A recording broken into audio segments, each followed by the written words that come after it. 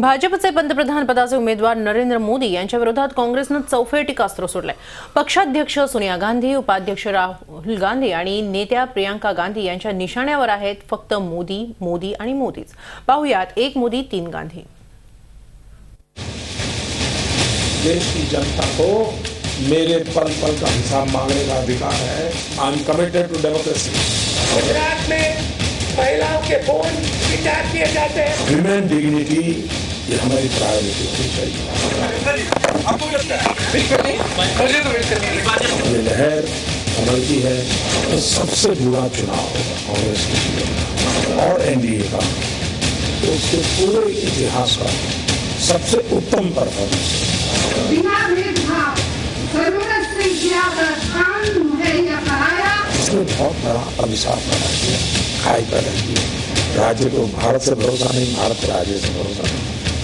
ये भारत जैसे देश के लिए बहुत मुश्किल है, ऐसा नहीं होता। हिंदुस्तान के लिए चुनाव नहीं हो रहा है, युवाओं के लिए चुनाव नहीं हो रहा है, गरीब लोगों के लिए चुनाव नहीं हो रहा है।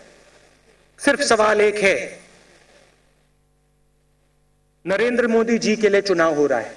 ये उनकी सोच है। आपको भी लगता है? बिल्कुल नहीं, मुझे तो बिल्कुल नहीं लगता।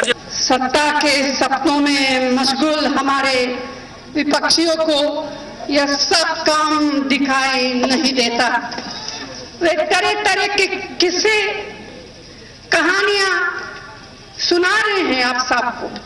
ये लहर हिंदुस्तान की जनता की आशा आकांक्षा की लहर है।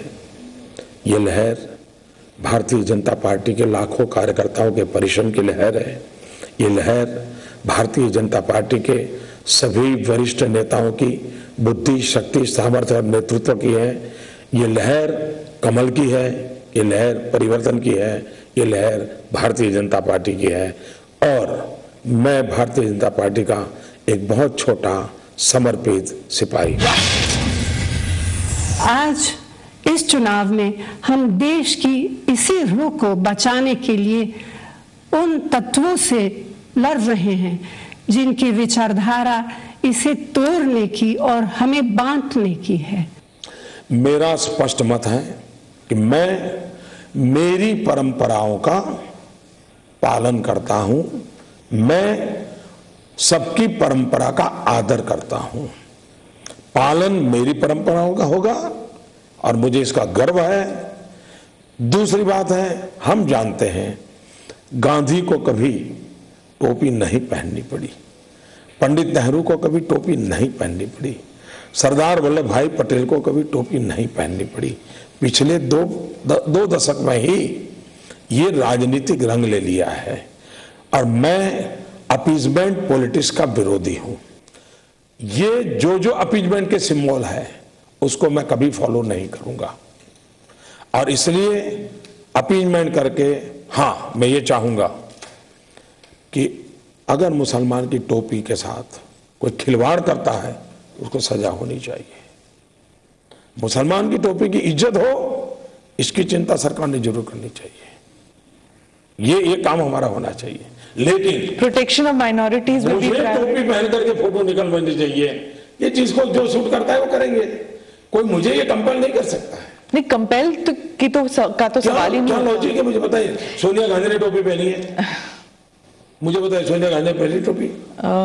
आई डोंट थिंक सो, पर वो चादर चढ़ाती है मजार में ना। पहली बात है, मुझे भी वो जो मौलवी आए थे उन्होंने चादर भेंट की थी, मैंने उसको बड़े प्यार से स्वीकार किया था। मुझे पूरा विश्वास है कि यहाँ ऐसे तत्वों को आप कभी कामयाब नहीं होने देंगे जो जहर की खेती करते हैं। हिंदुस्तान का कोई टॉप मोस्ट जर्नलिस्ट नहीं होगा जिसको मैंने इंटरव्यू नहीं दिया है। हिंदुस्तान का कोई टॉप मोस्ट अखबार नहीं होगा जिसको मैंने जवाब नहीं दिए हैं। सबको जवाब दिए, सबको दिए हैं, हर सवाल का जवाब दिया है। 2002 से 2007 तक देता रहा हूं। बाद में मैंने देखा कि ये कोई सत्य जानने की कोशिश नहीं है, ये कोई अननोन कोई दुनिया है जो कुछ न कुछ षड्यंत्र कर रही है। फिर मुझे लगा कि जितना कहना था कह चुका। जनता की अदालत में बिल्कुल सोने की तरह निकल करके बाहर आ गया।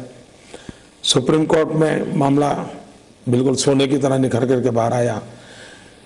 तो किसी भी व्यक्ति की कसौटी करने के लिए जितने अवेलेबल माध्यम है उन सबसे मैं निकल चुका हूं, सबसे निकल चुका हूं। और इसलिए मैं मानता हूं जिनकी गाड़ी यहां अटकी है वो अपना, उनका तो रोजी रोटी हो गया, करते रहे, मुझे कोई इतराज नहीं है। लेकिन मुझे अब इसमें समय बर्बाद नहीं करना चाहिए।